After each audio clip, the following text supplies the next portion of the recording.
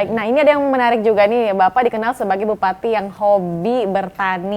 Bagaimana pengembangan potensi pertanian di Kabupaten Kolaka? Kalau kita melihat sektor pertanian ini luar biasa besar juga ya. Ini juga dikenal sebagai penghasil coklat juga ya Pak ya, dan juga perkebunan, hasil perkebunan yang lainnya. Ini seperti apa Pak?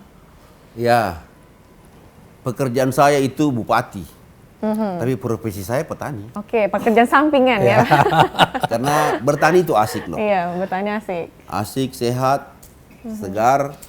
Nah, kenapa saya lakukan ini semua? Sebenarnya ini sebuah motivasi kepada teman-teman yang lain bahwa ya kita ini bisa itu, kenapa teman-teman lain nggak bisa? Nah, itu kan cuma motivasi sesungguhnya agar supaya ini bisa berkembang. Tapi itulah Kabupaten Kolaka, karena memang dinamikanya kita di Kabupaten Kolaka. Saya kalau ditanya orang, pada umumnya profesi masyarakat Kabupaten Kolaka itu apa Pak Bupati? Saya kadang-kadang tidak bisa menjawab. Karena kenapa?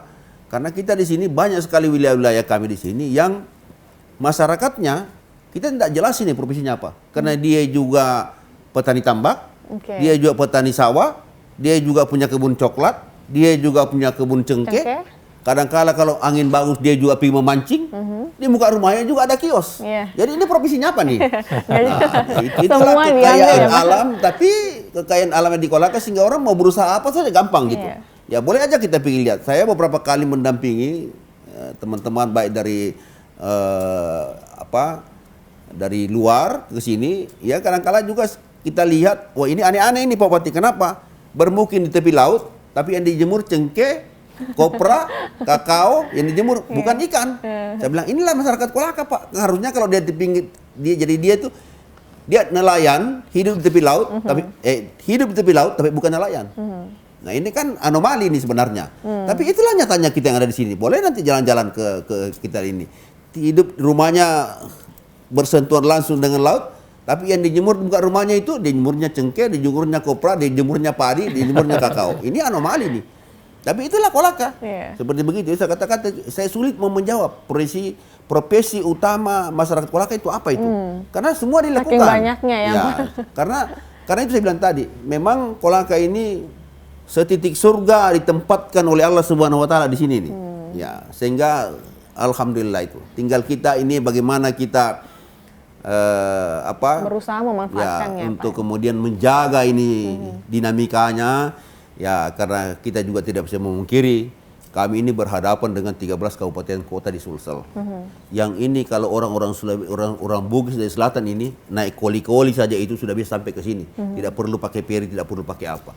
Mungkin dia datang pertama, datang memancing-mancing, hanya tunjuk dirinya, dia lihat ada ruang, ada tempat bagus ini. Mungkin besok dia datang lagi, dia bawa kelapa 3-4 pohon dia tanam. Selanjutnya datang airnya di kampung. Itulah situasi. Nah, dan itu kita bisa dipungkiri. Ya, itulah dinamika kita di Kolaka yang kita hadapi selama ini. Urban ini memang tidak bisa kita kendalikan. Karena sebelum tadi, Sulsel itu sudah sumpek. Ya, hampir kota-kota ini, kabupaten-kabupaten di sepanjang di daerah Teluk Bone ini, hampir memang sudah sangat berkembang bagus. Tapi kemudian, ya penduduknya mau kemana ini? Ya, dinamikanya itu kampung yang terdekat dari itu adalah Kabupaten Kolaka. Nah, inilah tempat yang, dan kita kadang-kala, karena sepanjang ini jalur pantai Kabupaten Kolaka ini dari Bombana sampai Kolaka Utara, ini kan semua bisa jadi pelabuhan. Ya, mereka datang malam hari atau apa kita nggak tahu, sudah ada di gunung. Ya, berkumin 2-3 tahun, nanti kita lihat dia mulai turun. Mau jual dia punya hasil bumi, jual coklat, jual apa cengkeh. Kau dari mana, berkebun di mana? Oh di atas Pak. Sudah berapa lama kau?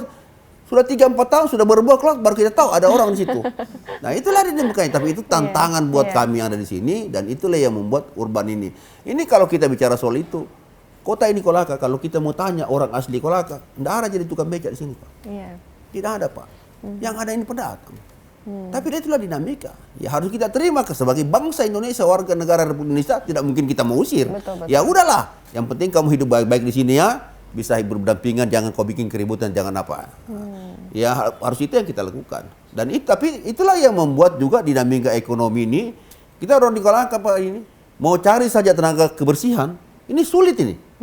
Mau cari tenaga kebersihan di Kolaka. Ya bukan orang Kolaka seperti sombong, tidak. Tapi karena ada tempat pencarian, mata pencarian yang lain yang lebih mudah dan lebih menguntungkan dibanding pergi mengangkat sampah kerja di dinas lingkungan hidup. Ya karena banyak yang lainnya. Nah, tapi Tapi ya itulah, semua ada dinamikanya seperti begitu. Iya. Nah, bentuk dukungan sendiri untuk pengelolaan di bidang pertanian dan perkebunan sendiri, Pak?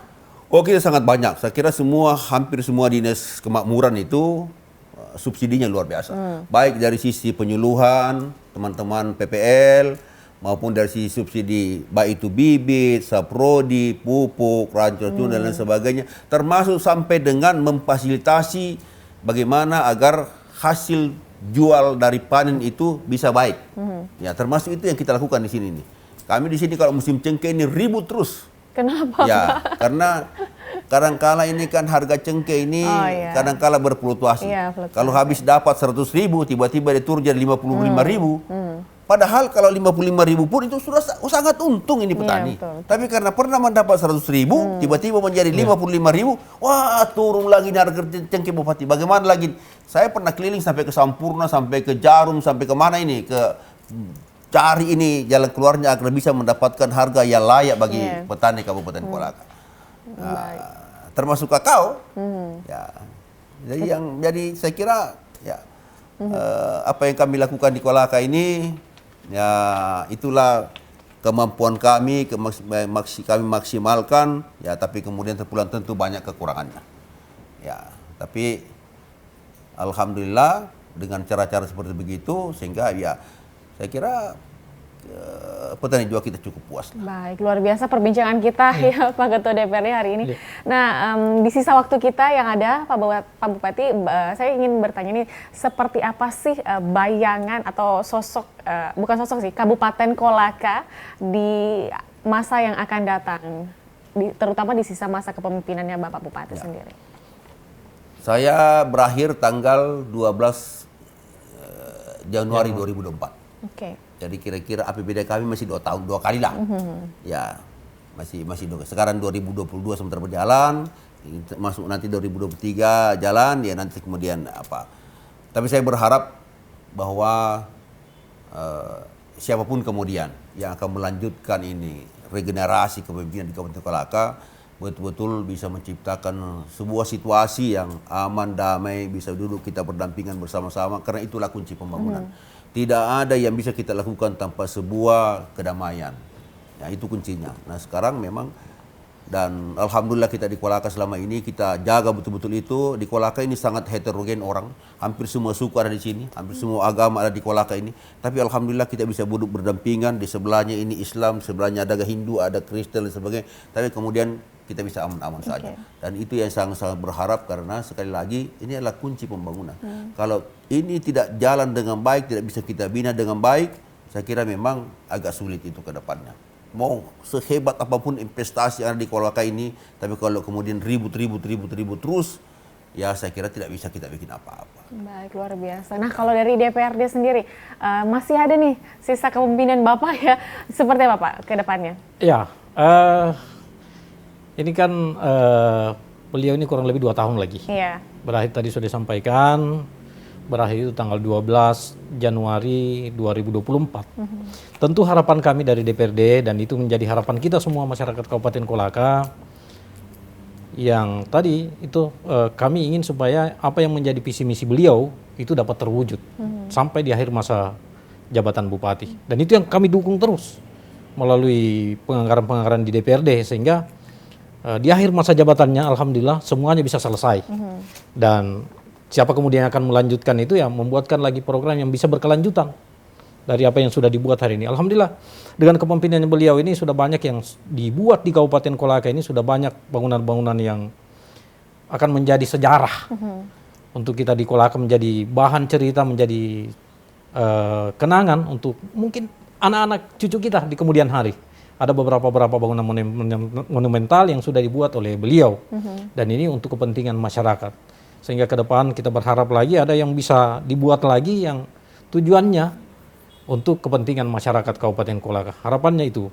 Jadi itu yang kami berharap sehingga di akhirnya masa kepemimpinan beliau menjadi program visi misi beliau itu semuanya bisa terwujud, bisa semuanya diselesaikan dan itu bermuara kepada kesejahteraan masyarakat Kabupaten Kolaka. Baik, amin. Satu lagi kalau boleh nambahnya Pak Bupati, seberapa besar makna sebuah kesan di mata Bapak, dan kalau boleh diberikan juga pesan buat para generasi muda yang ada di Kolaka Utara untuk ikut membangun daerah, Pak. Silakan.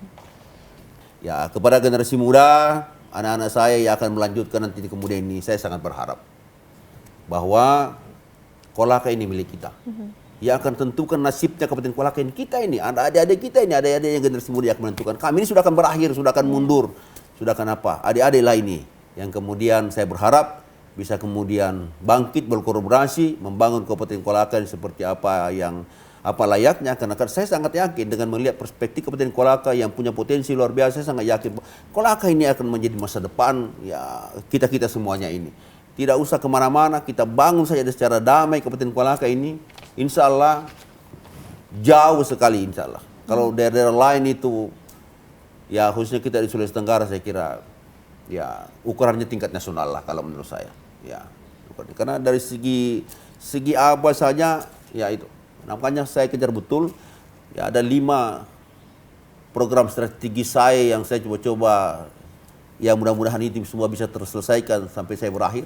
Ada rumah sakit SMS Berjaya, kemudian insya Allah dalam waktu singkat ini akan ada groundbreaking tetap pembangunan kebun raya, ya pelabuhan kontainer Kolaka, ya kemudian PSDKU Politeknik Makassar, Jalan Lingkar ini ya insya Allah semua ini kalau itu berjalan ya tinggal kita melanjutkan seperti apa kemudian kita bentukin Kabupaten Kolaka.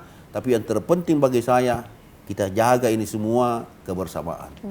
Ya kalau kita jaga itu insya Allah apa yang ada dalam bayangan kita, dalam pikiran kita sekarang Kolaka akan seperti apa kemudian ini saya kira tidak jauh ini.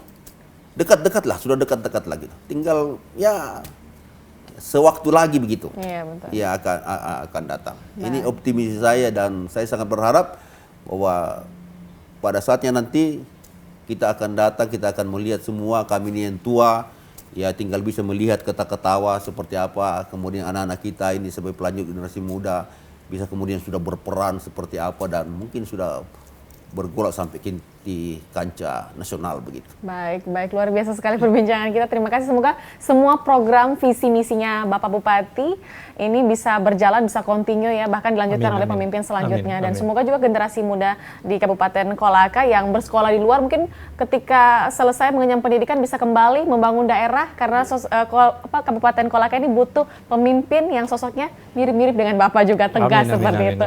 Baik, terima kasih Bapak Bupati Kabupaten Kolaka, Bapak Haji Ahmad Syafei, SH, MH, dan juga Bapak Insinyur Syaifullah Halik, Ketua DPRD Kolaka. Sebelumnya, terima kasih sekali lagi Pak, kami diterima baik tim TVRI Sulawesi Tenggara di Kabupaten Kolaka ini. Dan pemirsa, demikianlah program acara Perspektif edisi kali ini. Kita akan ketemu di Perspektif edisi selanjutnya dengan tema-tema menarik lainnya. Indah Permata, pamit undur diri. Assalamualaikum warahmatullahi wabarakatuh. Waalaikumsalam warahmatullahi wabarakatuh.